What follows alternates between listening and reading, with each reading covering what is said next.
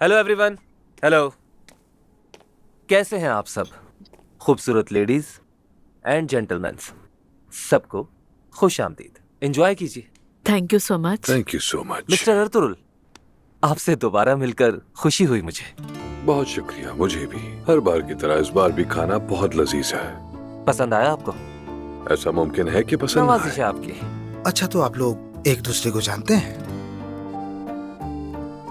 जब मैंने रेस्टोरेंट छोड़ा तो अपनी कैटरिंग कंपनी शुरू की, और उस वक्त जिस शख्स ने मेरा साथ दिया वो थे मिस्टर अर्तुरुल साहब। इनका शुक्रगुजार हूं मैं। ये एहसान कभी नहीं भुला सकता मैं। अरे नहीं नहीं, ये उसी रेस्टोरेंट के शेफ थे जहां मैं मुस्तकिल आता था। दरअसल मैं खाने के मामले में जरा से कंजर्वेटिव हूँ। जिन चीजों की मुझे आदत हो जाए तो उन्हें छोड़ना आसान नहीं होता। लगता सिर्फ खाने में नहीं, बाकी चीजों में भी।